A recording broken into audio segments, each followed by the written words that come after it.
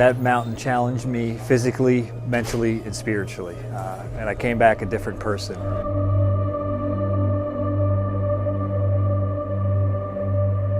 We spent 21 days on the glacier. It really starts to wear you down, and you really have to, suck it up and just keep on focusing on your mission.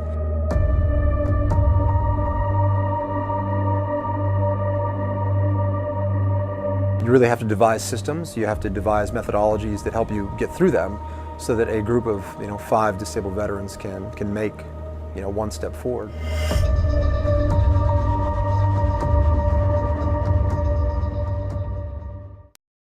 The Denali Challenge was an attempt, very simply, to take a bunch of severely wounded warriors from the wars in Iraq and Afghanistan and Vietnam and attempt to climb the highest mountain in North America, which is McKinley or Denali in Alaska.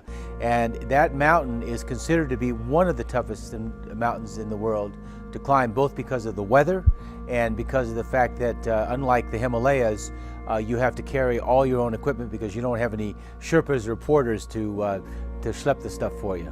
Logistically, it was intense on a personal basis. There was a lot of group equipment, there was a lot of individual equipment. The individual equipment was, first and foremost, just overwhelming, I should say. Physically, of course, there's conditioning you have to go through to prepare yourself for that. And I think mentally is probably the third leg of knowledge you really need to kind of have about that mountain.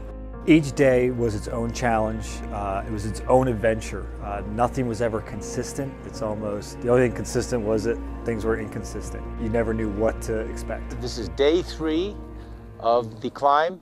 We have been on the mountain now for 3 days. We are in our second camp at 7,800 feet. The last 2 days we've been climbing through a lot of very, very large snowfields of the Kahiltna Glacier. And this area right where we've just been through is full of crevasses, and you have to be very, very careful when you're walking through because some of them are several hundred feet deep, and they can basically, finish you off. So the way we handle the climb is to stay roped together so that if one member of the party goes through, the others will fall to the ground, grab their picks and act as anchors to keep the fallen person from going too far, and then they begin evacuation procedures. This is something that we have to be very, very careful about, but if you're careful, it is safe.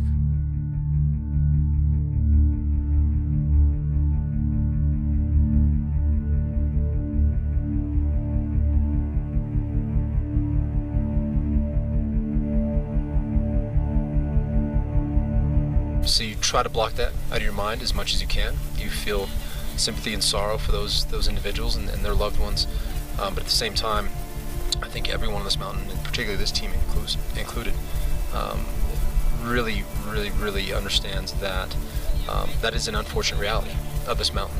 Avalanches happen up here. There's risk associated with doing what we're doing. I don't think anybody in the team ever even had to make that decision of whether to go on or not.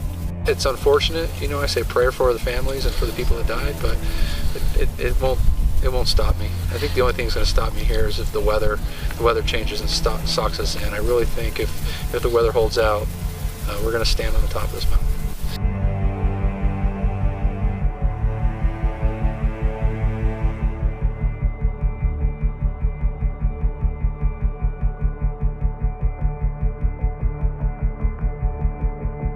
There were times you were legitimately concerned about your welfare, and leave it to the weather to do that to you because you can't control it.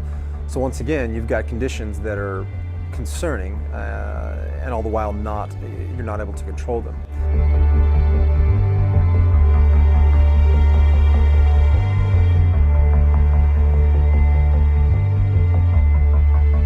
We're at 14,000 feet. We have been stuck at 14,000 feet for 8 days, and this shows who rules this mountain. It is Denali.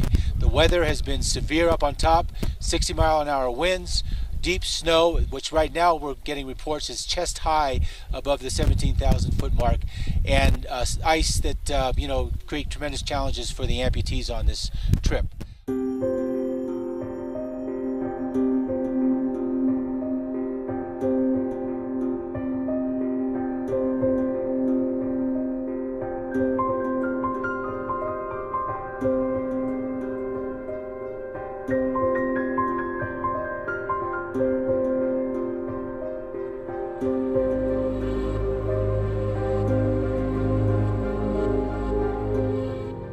when we finally had to make the decision to turn around, I was the one that had to make the first decision to turn around.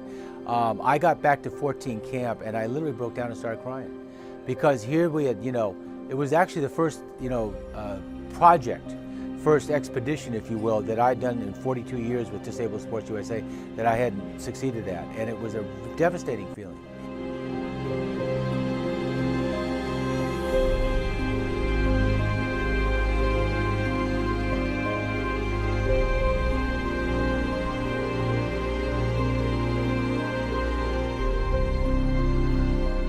They had to make a decision, for our safety, to turn us around. And it was the right decision.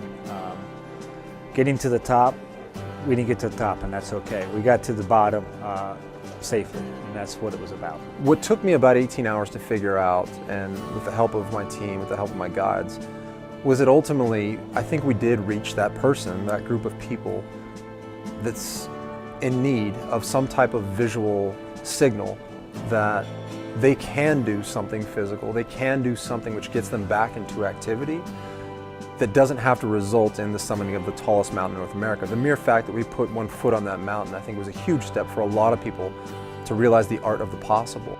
The fact that guys with injuries that we have got as far as we did speaks for itself.